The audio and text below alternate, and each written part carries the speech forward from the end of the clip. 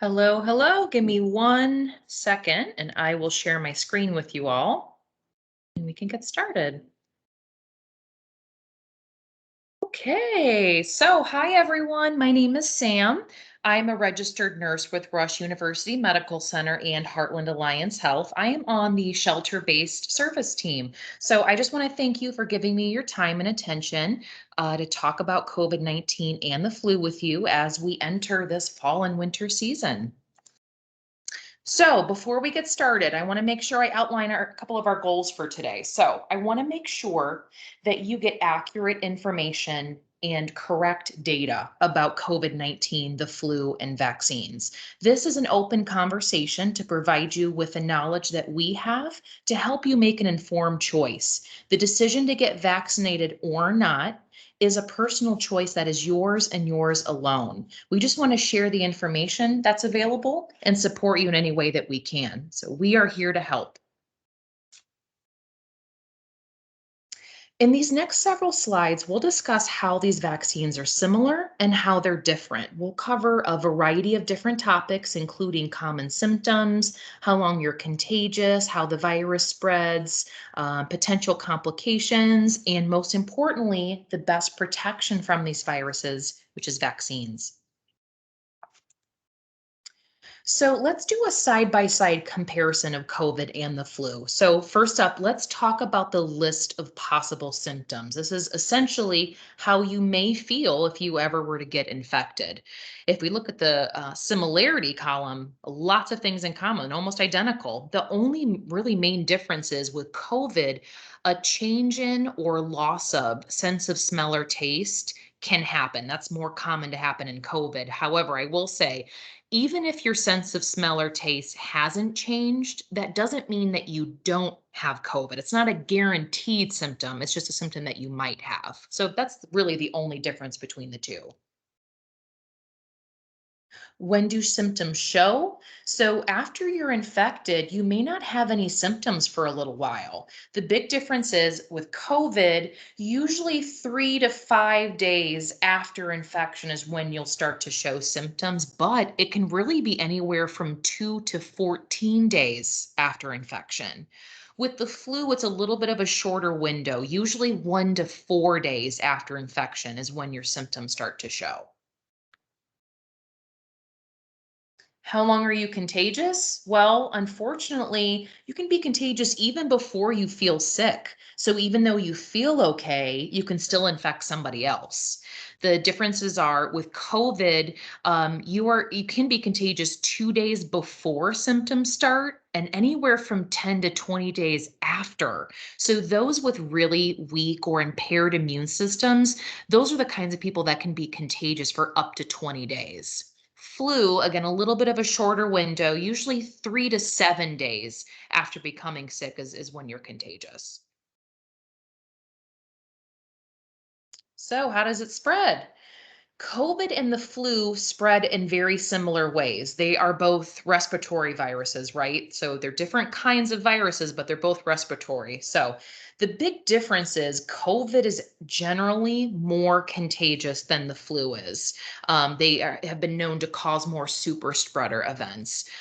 So again, with COVID and the flu, spreads very similarly. If you're very close to a person, so person to person close contact, when we're coughing, sneezing, eating, talking, things like that, we release small and large particles called droplets. And if that were to get real close to somebody else, get into their nose, their mouth, their lungs, it could infect them, right? Or we could touch hands or surfaces that has the virus on it, and then we touch our eyes, nose, mouth, things like that. That's how it can spread too. So, how can we prevent the spread of COVID-19 and the flu? So, the good news is all of the things we currently do to prevent the spread of COVID-19 also prevents the spread of the flu. So, the picture that you see here is something called the Swiss cheese model. So, one single action, like washing your hands, would not be enough to fully protect you since there are a lot of holes and missing pieces. However, when you add additional layers, like wearing a mask, social distancing, and wiping down surfaces, that's when we're better protected. While we have been doing all these things listed infected to the best of our ability, we also have another huge and effective layer that's available, and that's vaccines. So let's look at some complications that can happen if you get infected. So there is a long list of complications you can experience after being infected with these viruses. Since COVID and the flu are both respiratory viruses, which are viruses that infect the nose, throat, and lungs, they have a lot of complications in common with one another. So, not to read off the whole list, but just to pull out a couple: pneumonia, respiratory failure, heart attack, stroke, multiple organ failure. So, definitely serious complications associated with both of these viruses. Okay, so let's look at the differences. So, with the flu, secondary bacterial infections are more common compared to COVID. Diarrhea as a symptom. So, remember, diarrhea can happen with COVID-19 or flu infection, but diarrhea as a symptom is more common in young children. The issue is infants and young children in particular can become dehydrated really easily, and this could be dangerous. With COVID infections, blood clots in the lung, heart, leg, brain is also an additional complication. Multisystem inflammatory syndrome is also possible. This is when different parts of your body, like your heart, lungs, kidneys, things like that, become inflamed. Also, long COVID is when you have COVID symptoms that seem to last a long time, even after you've recovered from COVID. This can happen to anyone, even if you never had symptoms or your symptoms were mild. So let's talk about vaccines. So, both COVID and the flu have vaccines available to help protect you from getting infected in the first place, becoming really sick, being hospitalized, or dying. That's actually an advantage that we have this year as opposed to last year. We are going into the flu and the fall and winter season with both vaccines available for both COVID and the flu. So, with COVID, of course, there's Pfizer, Moderna, Johnson and Johnson that have been approved for the by the FDA or the emergency use authorization. For the flu, there are multiple FDA licensed flu vaccines that are made every year to protect against four flu viruses that scientists expect to go around each year. So they just kind of make sure we're protected against the four flu strains that are going to be going around. So, do vaccines actually work? Yes, vaccines absolutely work. So, let's take a look at some of the vaccine preventable diseases in the next couple slides. A lot of these vaccine preventable diseases have been totally eradicated, which means there are no new cases of these diseases in the United States. That's all thanks to vaccines. So, as a child, we received the MMR vaccine, which stands for measles, mumps, and rubella, which you see on this slide. These vaccines reduce the risk of death by 100%. It also significantly reduced the number of cases, up to 99.99%. Another childhood vaccine we get is called Tdap, which stands for tetanus, diphtheria, and pertussis. Look at those percentages. Again, you can see a significant decrease in cases and in deaths. So here are some additional vaccine preventable diseases. Smallpox is a big one that first showed up in North America way back in the 1600s. So, thanks to vaccines, smallpox has been completely eradicated since 1949. In fact, a vaccination for smallpox is no longer needed for US residents. So, we don't even need those vaccines anymore. Polio is another big one that started back in the 1950s. After a vaccine was developed in 1955, so just 5 years later, the US had been polio free since 1979. These are just some examples to show how effective and amazing vaccines are. What's the effectiveness of flu vaccines? So, per the CDC, Center for Disease Control, recent studies show that flu vaccination reduces the risk of flu illness by between 40 and 60% among the overall population. What kind of protection do you get with the flu vaccine? So, again, per the CDC, this is during the 2019 into 2020 flu season.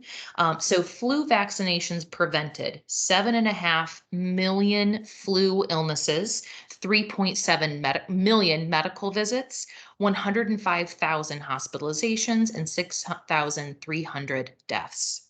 Also, for some more stats, hospitalizations. As an example, if you were vaccinated against the flu between 2012 and 2015, your chance of ending up in the ICU decreased by 82%. Also, there is a 31% lower risk of dying from the flu if you're vaccinated. So, what are the effectiveness of the COVID-19 vaccines? Across the board, COVID-19 vaccinations are highly effective and drastically reduce the risk of COVID-19 infection, including severe illness, hospitalization, and death among those people who are fully vaccinated. Bottom line, these vaccines work. So let's look at some numbers real quick. This is actually for Chicago specifically. This is data from August that they had.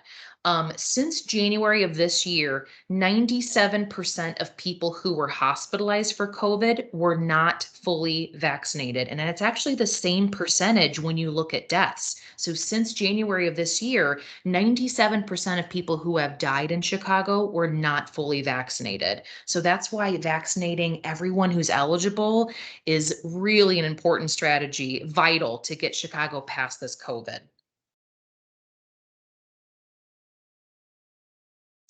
So, vaccines also protect the most vulnerable. Vaccinating your children can reduce the risk of death by half.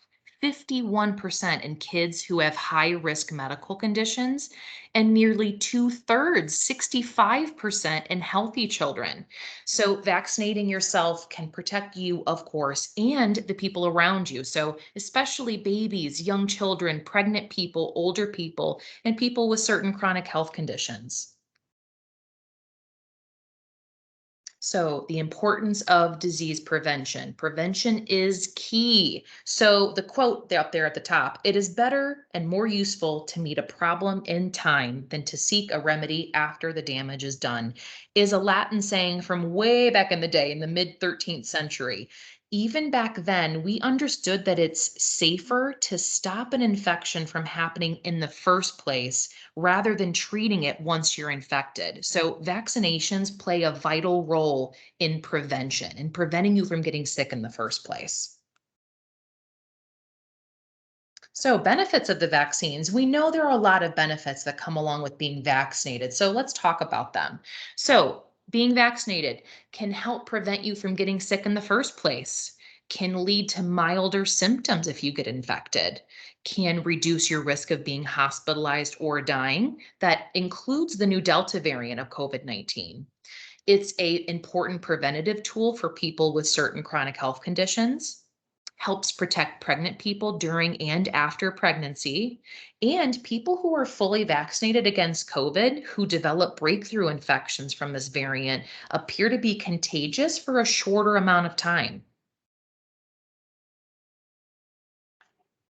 Are vaccines safe though? Yes. So these vaccines were developed using science that has been around for decades. These vaccines are not quote unquote new and they're not experimental. So for COVID, scientists began exploring how to simplify vaccines by using mRNA technology back in the 1990s. Pfizer and Moderna are both mRNA vaccines. For flu vaccines, they've been around since the 1940s and have protected millions of people. What I want to point out is that the risk and complications of being infected with these viruses greatly outweigh any potential risk from the vaccine. So, in the next few slides, I want to talk about some words that you may be hearing, like mutations, variants, strains, and what they mean. I wanted to cover a lot of bases here, so there's a lot of information to share. These will be great slides for you to reference at a later time if you'd like. So, when viruses replicate, meaning they make more of themselves in your body, they sometimes change slightly and aren't an exact copy. This is called a mutation. Viruses with new mutations are called variants. When a new variant becomes established in the population and begins going around everywhere, this can be referred to as a new strain. Mutate, that word sounds scary. Keep in mind, it's very common for viruses to mutate and change. Variants are expected. This is actually why there are so many strains of the flu. The flu's been around a really long time, right? So, flu vaccines are targeted to specific kinds of strains every year to help fight the most common strains expected to be circulating around each season. Viruses want to make their job easy, right? They want to be able to spread around and infect as many people as possible. Okay, so the virus changed. What's the big deal? So, some variants can spread more quickly and easily, which can lead to more cases of COVID. Also, some of the variants can cause more severe symptoms, which lead to a higher number of hospitalizations and death. This is why vaccinations are so important. It slows down the emergence of new variants, reduces the spread, and keeps you from getting really sick. If I get vaccinated and can still catch COVID, what's the point? So, this is called a breakthrough infection and it can happen. However, the vaccine still helps tremendously. The vaccine can protect you from getting really sick with a bunch of those symptoms we went over before, being hospitalized or dying. It also reduces the time you could possibly spread it to others. Prevention and treatment myths. So, there is a lot of information and misinformation out there about how to prevent and treat COVID.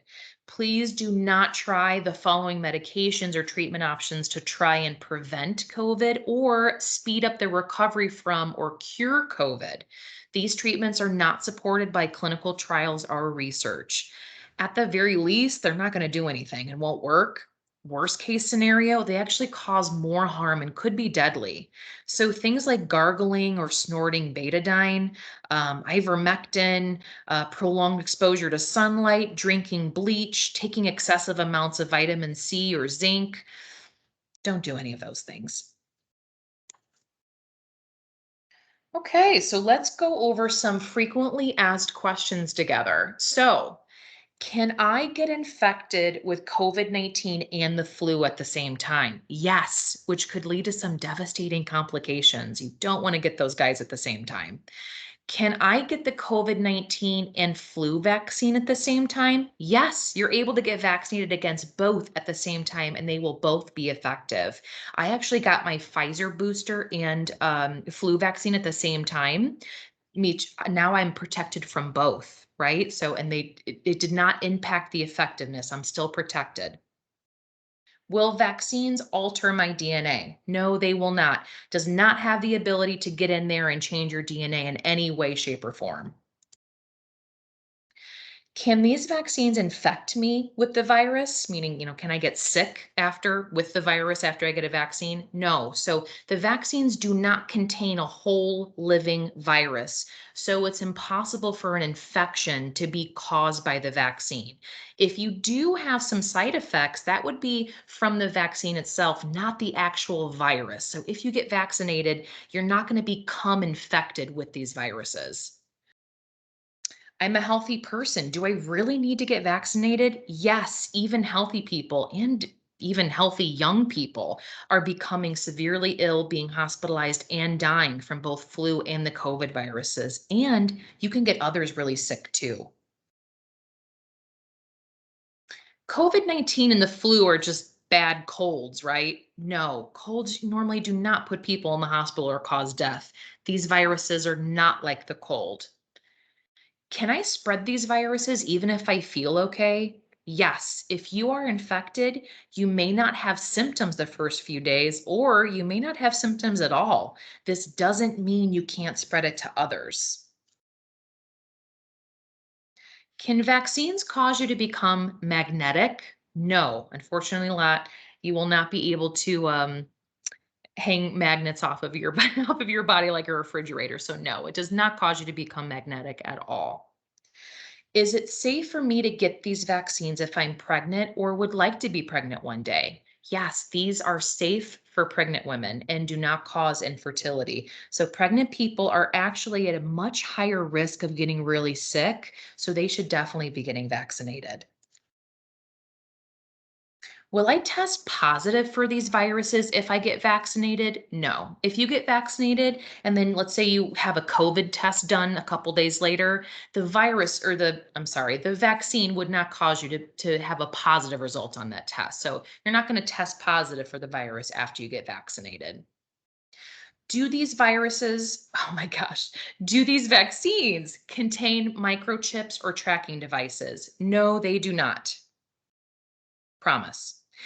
I've already had the flu or COVID, so I'm fine, right? No, you can actually become infected with COVID-19 more than once, and it's possible that a second infection could be much worse.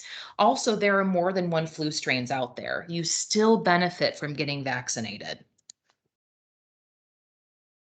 So, just to wrap up here, vaccines are the best way to protect yourself and others from getting really sick, becoming hospitalized, or dying. Vaccination and protection from both COVID-19 and the flu are extremely important and absolutely vital to your health and the health of those around you. Ongoing prevention, though, is still important even if you're vaccinated. So don't forget to wash your hands, wear a mask, stay 6 feet away from others, and avoid touching your face. Thank you so much for listening. I hope you feel a little more informed about COVID, the flu, and vaccines. All of us on the shelter based service team here at Heartland are here for any questions you have. We love when people ask us questions. Feel free to reach out and connect with us for any concerns, thoughts, or feedback. We appreciate you. Thank you.